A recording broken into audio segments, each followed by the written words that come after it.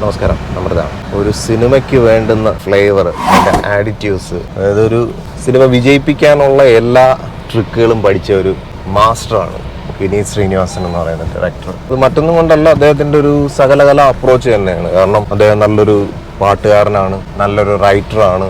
സംഗീതവും വേണമെന്ന് വെച്ചാൽ അദ്ദേഹത്തിന് നന്നായിട്ട് ചെയ്യാൻ പറ്റുമെന്നാണ് എൻ്റെ ഒരു വിശ്വാസം. പിന്നെ നല്ലൊരു അഭിനേതാവാണ്, നല്ലൊരു ഡയറക്ടറും തന്നെയാണ്. പക്ഷെ കാസ്റ്റിങ്ങിൻ്റെ കാര്യം വരുമ്പോഴത്തേക്കാണ് ചില കാസ്റ്റുകളൊക്കെ ഒരു സിനിമയുടെ വിജയത്തിൻ്റെ രഹസ്യം മാത്രം, അതായത് സിനിമ വിജയിക്കണം എന്നുള്ളത് മുൻകൂട്ടി തീരുമാനിച്ചുകൊണ്ട് അദ്ദേഹം ചില കാസ്റ്റിംഗ് ചെയ്യും. അതിനോട് എനിക്ക് അത്ര യോജിപ്പില്ല. പക്ഷെ വർഷങ്ങൾക്ക് ശേഷം സിനിമ എനിക്ക് ശരിക്കും നിരാശയാണ് തോന്നിയത്. അതിന് കാരണം എന്ന് പറയുന്നത് ഞാൻ ഈ പറഞ്ഞ കാസ്റ്റ് തന്നെയാണ്. അപ്പോൾ യുവ നടന്മാരെ വെച്ച് പഴയ കാലഘട്ടത്തിലോട്ട് കഥ പറയുമ്പോൾ, അല്ലെങ്കിൽ പഴയ കാലഘട്ടത്തിൻ്റെ കഥ പറയുമ്പോഴത്തേക്ക് അവരുടെ ഫിസിക്കൽ ട്രാൻസ്ഫോർമേഷൻ, അതായത് ഇപ്പം മേക്ക് ഓവർ നമുക്ക് കൊടുക്കാം, ഒരു വിഗും കുറച്ച് പ്രായമായതിൻ്റെ മേക്കപ്പും ഒക്കെ ചെയ്യുമ്പോഴത്തേക്ക് അവരെ പ്രായമാക്കി എടുക്കാൻ പറ്റും. പക്ഷെ അതിനപ്പുറത്തേക്ക് ഒരു ബോഡി ട്രാൻസ്ഫോർമേഷൻ ഇതിനകത്തില്ല. അപ്പം നമുക്ക് പ്രണവ് മോഹൻലാലിനെ ചെറുപ്പത്തിൽ കാണുമ്പോഴത്തേക്ക് മേക്കപ്പിൽ ചെറുപ്പമായിട്ടുള്ള പ്രണവ് മോഹൻലാലാണെന്നുണ്ടെങ്കിലും ആ മേക്കപ്പിൽ മാത്രം വയസ്സാക്കിയിട്ടുണ്ടെന്നുള്ള അല്ലാണ്ട് ഒരു ബോഡി ട്രാൻസ്ഫോർമേഷൻ ഒരു രീതിയിൽ നമുക്കത് അങ്ങോട്ട് അക്സെപ്റ്റ് ചെയ്യാൻ പറ്റുന്നില്ല. അപ്പം നമുക്കതൊരു സിനിമ കാണുന്ന ഇത് വിനീത് ശ്രീനിവാസന്റെ ഒരു സിനിമ എന്നുള്ള രീതിയിലല്ലാതെ ഒരു ഡെപ്തിൽ ഈ സിനിമയായിട്ട് നമുക്ക് കണക്ട് ചെയ്യാൻ കഴിയുന്നില്ല. എന്നാൽ സിനിമ തുടങ്ങിയതൊക്കെ നല്ല ഒരു ഗ്രാഫിലൊക്കെ തന്നെയാണ്, നല്ല ഒരു പഴയ കാലഘട്ടം നല്ല രീതിയിൽ. പ്രത്യേകിച്ച് ഇതിനകത്ത് എടുത്തു പറയേണ്ടത് ധ്യാൻ ശ്രീനിവാസൻ അത് നന്നായിട്ട് എക്സിക്യൂട്ട് ചെയ്തിട്ടുണ്ട്. അതായത് ആ പഴയ കാലഘട്ടത്തിൽ അദ്ദേഹത്തിന്റെ മാനറിസംസും പുതിയ കാലഘട്ടത്തിലേക്ക് മാറുമ്പോൾ, അതായത് വയസ്സായി വരുമ്പോഴത്തേക്കുള്ള ആ ക്യാരക്ടറിന്റെ കൊച്ചു മാനറിസംസ് വരെ അദ്ദേഹം മാറ്റി പിടിച്ചിട്ടുണ്ട്. പക്ഷെ അതേസമയം പ്രണവ് മോഹൻലാലിനെ കൊണ്ട് അത് കഴിയുമെന്ന് എനിക്ക് തോന്നുന്നില്ല. കാരണം അദ്ദേഹത്തിന്റെ ഒരു അഭിനയ ശൈലിയും അതൊക്കെ നന്നായിട്ട് യൂട്ടിലൈസ് ചെയ്യണമെന്നുണ്ടെങ്കിൽ അദ്ദേഹത്തിന് കുറച്ച് ജിംനാസ്റ്റിക്സും ഇങ്ങനെയൊക്കെ കുറച്ച് ഒരു അഡ്വഞ്ചറസും ഒക്കെ കാണിക്കാൻ പറ്റുന്ന ഒരു കഥാപാത്രത്തിന് കൊടുത്ത് അദ്ദേഹം ചിലപ്പോൾ ഒരുപക്ഷെ നന്നായിട്ട് അത് ചെയ്തു വയ്ക്കും. അതിനപ്പുറത്തേക്ക് വലിയൊരു പെർഫോമൻസ് ഒന്നും കാഴ്ചവെക്കാനുള്ള ഒരു കാലിബർ പുള്ളിക്കുള്ളതായിട്ട് എനിക്ക് തോന്നുന്നില്ല. ഈ സിനിമയിൽ പറയുന്ന കണക്ക് തന്നെ ഒരു നെപ്പോ കിഡ് ഫീലാണ് ത്രൂ ഔട്ട് മൂവിയിൽ എനിക്കത് ഫീൽ ചെയ്തത്. പിന്നെ സിനിമ ഫസ്റ്റ് ഹാഫ് വലിയ കുഴപ്പമില്ലാതെയൊക്കെ ഇങ്ങനെ തുടങ്ങി പോയെങ്കിലും സെക്കൻഡ് ഹാഫ് എത്തിയപ്പോഴത്തേക്ക് അവർക്ക് തന്നെ കാര്യം മനസ്സിലായിട്ടുണ്ടാവും, ഇങ്ങനെ പോയി കഴിഞ്ഞാൽ സിനിമയുടെ അവസ്ഥ വളരെ പരിതാപകരമാവും എന്നുള്ളതുകൊണ്ട് അതൊന്ന് മാറ്റി പിടിച്ചതാണെന്ന് അറിയത്തില്ല.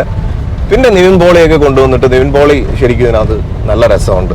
പ്രത്യേകിച്ച് അദ്ദേഹത്തിൻ്റെ ഒരു റിയൽ എക്സ്പീരിയൻസ് പോലെയൊക്കെയാണ് അത് ബ്ലെൻഡ് ചെയ്ത് വെച്ചിരിക്കുന്നത്. അപ്പോൾ അതൊരു രസം ഉണ്ടായിരുന്നു. അദ്ദേഹത്തിന്റെ കൗണ്ടർ അടികളും, പ്രത്യേകിച്ച് ആ സെക്കൻഡ് ഹാഫിന് മുന്നേ തന്നെ നമ്മുടെ ബേസിൽ ജോസഫ് വരുന്നുണ്ട്.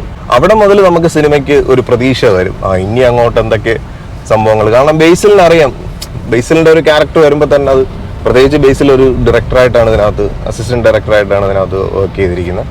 അങ്ങനെയുള്ള ഒരു കഥാപാത്രമാണ്. അപ്പോൾ അവിടെ നിന്ന് തന്നെ കുറച്ച് സിനിമ അങ്ങോട്ട് ഒരു നാച്ചുറൽ ആയിട്ടുള്ള ഒരു രീതിയിൽ സിനിമ അങ്ങോട്ട് മാറുന്നുണ്ട്. അതായത് ആദ്യമൊക്കെ വളരെ ഒരു നാടകീയമായിട്ടുള്ള രീതിയിലാണ് സിനിമ പോകണമെന്നുണ്ടെങ്കിൽ സെക്കൻഡ് ഹാഫ് വന്നപ്പോഴത്തേക്ക് ആ കാലഘട്ടം മാറിയതിനനുസരിച്ചുള്ള ഒരു വ്യത്യാസവും, എന്നാൽ ഈ നടന്മാരൊക്കെ വന്ന് കയറിയതിൻ്റെതായിട്ടുള്ള ഒരു ബ്ലാസ്റ്റ് നന്നായിട്ട് അത് വർക്ക് ചെയ്തിട്ടുണ്ട്. പക്ഷെ ഓവറോൾ എനിക്ക് സിനിമ ഇഷ്ടപ്പെട്ടില്ല.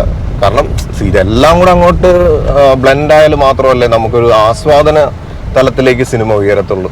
അത് എനിക്ക് അത്രത്തോളം, എനിക്കങ്ങനെ ഭയങ്കര ഒരു ആസ്വാദനമായിട്ടൊന്നും തോന്നിയില്ല. പ്രത്യേകിച്ച് ഞാൻ ശരിക്കും ഇന്നലെ പെട്ടുപോയതാ. 3 മണിക്ക് ഈ സിനിമ ബുക്ക് ചെയ്തു, 6 മണിക്ക് ആവേശവും കൂടെ ബുക്ക് ചെയ്തു. 6:15. എനിക്കിത് രണ്ട് ഏരിയാസിലും ആയിപ്പോയി. വർക്കല തിയേറ്ററിലും വർഷങ്ങൾക്ക് ശേഷം കണ്ടു തീരുന്നത് ഏതാണ്ടൊരു 6 മണി അടുപ്പിച്ചായി സിനിമ തീർന്നപ്പോൾ. അപ്പം തന്നെ ഞാൻ പിന്നെ എങ്ങനെയെങ്കിലും ഇത് കൊണ്ട് അവസാനം, കാരണം നമുക്കറിയാം ഇതിൻ്റെ അവസാനമൊക്കെ എങ്ങോട്ട് പോകുമെന്നൊക്കെ നമുക്ക് നല്ല വ്യക്തമായൊരു ധാരണ കിട്ടും. സെക്കൻഡ് ഹാഫ് കഴിയുമ്പോഴേ നമുക്കറിയാം ഇങ്ങനെയാണ് സിനിമ പോകാൻ പോകണമെന്നൊക്കെ ഉള്ളത്. അപ്പം അങ്ങനെയൊന്നും വലിയൊരു ത്രില്ലിംഗ് ആയിട്ടോ ഒരു എക്സൈറ്റ്മെൻറ്റോ ഒന്നും തോന്നിയില്ല. പിന്നെ ഓക്കെ, അതാണ് ഞാൻ പറഞ്ഞ ഈ ഒരു സിനിമ എങ്ങനെ വിജയിപ്പിക്കണം എന്നുള്ള ഫോമുല വിനീത് ശ്രീനിവാസൻ അറിയാം. ആ ഫോമുല ഇതിനകത്ത്, അത് പുള്ളിയുടെ എല്ലാ സിനിമകളിലും പുള്ളി അത് എക്സിക്യൂട്ട് ചെയ്യുന്നതാണ്. പ്രത്യേകിച്ച് പാട്ടും ഇങ്ങനെയൊക്കെ ഉള്ള എല്ലാ സംഭവങ്ങളും കൂടെ, അതായത് ഇതിൻ്റെ ചേരുവകളുണ്ടല്ലോ, ഒരു സിനിമയ്ക്ക് വേണ്ടുന്ന എല്ലാ ചേരുവകളെയും അളവിൽ കൊടുക്കാൻ പുള്ളിക്ക് അറിയാം. അതിൻ്റേതായിട്ടുള്ള റിസൾട്ട് സിനിമയ്ക്ക് കിട്ടും. പോരെങ്കിൽ ഈ സിനിമയുടെ പ്രൊമോഷൻ ക്യാമ്പയിനും കൂടെ, അതും ഈ സിനിമയ്ക്ക് ഒരു വലിയ ബൂസ്റ്റേഴ്സായി മാറിയെന്നാണ് എനിക്ക് തോന്നുന്നത്. അത്രയ്ക്ക് നല്ല പ്രൊമോഷനാണ് കൊടുത്തത്. അപ്പം ആ എക്സ്പെക്ടേഷൻ, ആ പ്രൊമോഷനൊക്കെ കണ്ടപ്പോഴത്തേക്ക് നമ്മളെന്തോ ഭയങ്കര സംഭവമായിരിക്കും എന്ന് വിചാരിച്ച ആ ഒരു സാധനം കിട്ടിയില്ല. പിന്നെ സോഷ്യലി റിലവൻ്റ് ആയിട്ടുള്ള കോമഡിയൊക്കെയാണ്, അതിൻ്റേതായിട്ടുള്ള ഒരു ഫ്രഷ്നെസ് ഒക്കെ എല്ലാത്തിനും ഉണ്ടായിരുന്നു. കാരണം അതിപ്പോൾ ഒരു ട്രെൻഡാണ്. കാരണം പബ്ലിക് മോർ ദാൻ സിനിമ സോഷ്യലിയാണ് കണക്റ്റഡ്. സോഷ്യൽ മീഡിയയും സോഷ്യൽ മീഡിയയിൽ നടക്കുന്ന സംഭവങ്ങളും ഈ റീൽസും ഇങ്ങനെയൊക്കെയുള്ള സാധനങ്ങളാണ് നമ്മൾ കൂടുതൽ അട്രാക്റ്റഡ് ആയി നമ്മളെപ്പോഴും കണ്ടുകൊണ്ടിരിക്കുന്ന അതാണ്. നമ്മൾ മോർ ദാൻ സിനിമ ഈ കാര്യങ്ങളിലാണ് നമ്മൾ എൻഗേജ്ഡ് ആയിട്ടിരിക്കുന്നത്. അപ്പൊ അതുകൊണ്ട് തന്നെ അതുമായിട്ട് കണക്ട് ചെയ്യുന്ന തരത്തിലുള്ള കോമഡിയൊക്കെ ഇട്ടപ്പോഴത്തേക്ക് അത് അത്യാവശ്യം നന്നായിട്ട് വർക്ക്ഔട്ട് ആയിട്ടുണ്ട്. അപ്പൊ അങ്ങനെയൊക്കെ വിജയിക്കാനുള്ള എല്ലാ സാധനങ്ങളും ഈ സിനിമയ്ക്കകത്തുണ്ട്. അത്രയ്ക്ക് വലിയൊരു കാസ്റ്റ് തന്നെ ഉണ്ട്. ഇതെല്ലാം കൂടെ വെച്ചിട്ട് സിനിമ ചിലപ്പോൾ വിജയിച്ചേക്കും. സിനിമ തന്നെ കമ്പയർ വിത്ത് ആവേശം കമ്പയറേ ചെയ്യാൻ പറ്റത്തില്ല. അവിടെയാണ് നമുക്ക് ഈ ഒരു നെപ്പോ കിഡ്സിന്റെ ഒരു പ്രസന്റേഷനും അതിനപ്പുറത്തേക്ക് പയറ്റി തെളിഞ്ഞവന്റെ ഒരു പ്രസന്റേഷനുമായിട്ടുള്ള ഒരു വലിയ വ്യത്യാസം. ആവേശം എന്ന് പറയുന്ന സിനിമ ഞാൻ അടുത്ത് റിവ്യൂ ചെയ്യാം. അപ്പോൾ എന്തായാലും വർഷങ്ങൾക്ക് ശേഷം എനിക്ക് അങ്ങനെ തൃപ്തികരമായിട്ടുള്ള ഒരു സിനിമയായിട്ട് തോന്നിയില്ല. അതുകൊണ്ട് തന്നെ ഞാൻ ഔട്ട് ഓഫ് 10 IMDbയിൽ 5 റേറ്റ് ചെയ്യുന്നുള്ളൂ. പിന്നെ ഈ ഫ്ലേവേഴ്സ് എന്ന് ഞാൻ പറഞ്ഞപ്പോഴത്തേക്ക് ഇതിനകത്ത് കുറച്ച് മിസ് ചെയ്തത് സംഗീതമാണ്. മിസ് ചെയ്തില്ല, ബാക്ക്ഗ്രൗണ്ടും എല്ലാം ഒക്കെ അതിനകത്ത് വരുന്നുണ്ട്. പക്ഷെ എങ്കിൽ പോലും കുറച്ചും കൂടെ സംഗീതത്തിന് കുറച്ചും കൂടെ ഒരു പ്രാധാന്യം കൊടുത്തിരുന്നെങ്കിൽ അത് അവിടെയാണ് ഈ പ്രണവ് മോഹൻലാൽ ചെയ്യുന്ന ക്യാരക്ടർ എന്ന് പറഞ്ഞു കഴിഞ്ഞാൽ അദ്ദേഹം ഒരു മ്യൂസീഷ്യനായിട്ടാണ്. അപ്പോൾ ആ ക്യാരക്ടറിന് ഒരുപാട് സാധ്യതകൾ എക്സ്പ്ലോർ ചെയ്യാനുള്ള ഒരു കാലിബർ, അത് ഷോൾഡർ ചെയ്യാനുള്ള ഒരു അല്ലെങ്കിൽ ആ ഒരു ക്യാരക്ടറിനെ പുഷ് ചെയ്ത് കൊണ്ടുപോകാനുള്ള ഒരു സംഭവം പുള്ളിയിലില്ല. അതൊരു നല്ല കലാകാരൻ അത് ചെയ്തിരുന്നുവെങ്കിൽ, അതായത് മ്യൂസിക് ബാക്ക്ഗ്രൗണ്ട് ഒക്കെ ഉള്ള ഒരാൾ അത് ചെയ്തിരുന്നെങ്കിൽ ചിലപ്പോൾ കുറച്ചും കൂടെ എന്തൊക്കെയോ ഒരു സംഭവങ്ങളും കൂടെ അതിനകത്ത് കൊണ്ടുവരാൻ കഴിയുമായിരുന്നെന്ന് എനിക്ക് തോന്നുന്നു. ഇനി ഒരുപക്ഷെ വിനീത് ശ്രീനിവാസൻ തന്നെ ആ ക്യാരക്ടർ ചെയ്തിരുന്നെങ്കിൽ ചിലപ്പോൾ കുറച്ചും കൂടെ ഒരു രസമായിട്ട് വരുമായിരുന്നെന്ന് എനിക്ക് പേഴ്സണലി ഫീൽ ചെയ്തു. ഞാനിപ്പോൾ പ്രണവ് മോഹൻലാലിനെ നെഗറ്റീവായിട്ട് പറയല്ല, അദ്ദേഹത്തിൻ്റെതായിട്ടുള്ള കുറേ സ്കിൽ സെറ്റ്സ് ഉള്ള ഒരു ആക്ടറാണ്. അതിന് കറക്റ്റ് പ്രിസൈസ് പിടിച്ചു പോയി കഴിഞ്ഞാൽ അതിന് ഒരുപാട് സാധ്യതകളുണ്ട്. അത് ശരിക്കും യൂട്ടിലൈസ് ചെയ്തത് ജിത്തു ജോസഫ് തന്നെയാണ്. പക്ഷേ പിന്നീട് വന്ന പല സിനിമകളിലും നമ്മൾ കണ്ടതാണ് അദ്ദേഹത്തിനെ കൊണ്ട് ഷോൾഡർ ചെയ്യാൻ പറ്റാത്ത ക്യാരക്ടേഴ്സ് എടുത്ത് കൊടുത്തു കഴിഞ്ഞാൽ അത് മോശമാവും.